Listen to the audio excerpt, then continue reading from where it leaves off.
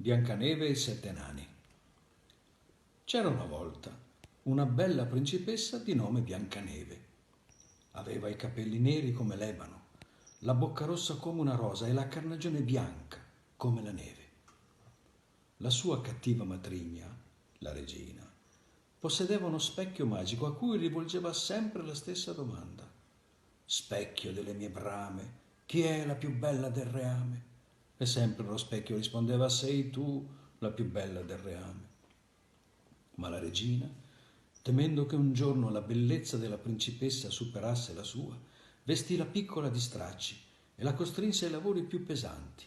Biancaneve, però, era sempre allegra e cresceva più graziosa che mai. Così, un giorno, lo specchio disse che era lei la più bella del reame. Arrabbiatissima, la regina incaricò allora un cacciatore di ucciderla. Ma l'uomo non ne ebbe il coraggio e suggerì alla fanciulla di fuggire e non tornare mai più alla reggia. Biancaneve corse via spaventata e si rifugiò nel bosco buio. Laggiù scorse una casetta. «È permesso?» chiese entrando. Non c'era nessuno. I proprietari erano i 7 nani del bosco: Dotto, Gongolo, Pisolo, Eolo, Brontolo, Mammolo e Cucciolo. Al loro ritorno rimasero meravigliati nel trovare un'estranea in casa. «Sono Biancaneve», si presentò allora la principessa e raccontò la sua triste storia. I nanetti, commossi, la invitarono a rimanere a vivere con loro e la fanciulla accettò felice. Ma la regina scoprì che era ancora viva e grazie a un filtro magico si trasformò in una strega e avvelenò una mela.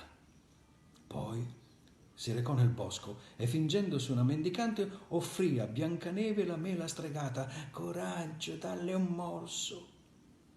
Non appena la fanciulla l'ebbe assaggiata, per incantesimo cadde in un sonno profondo.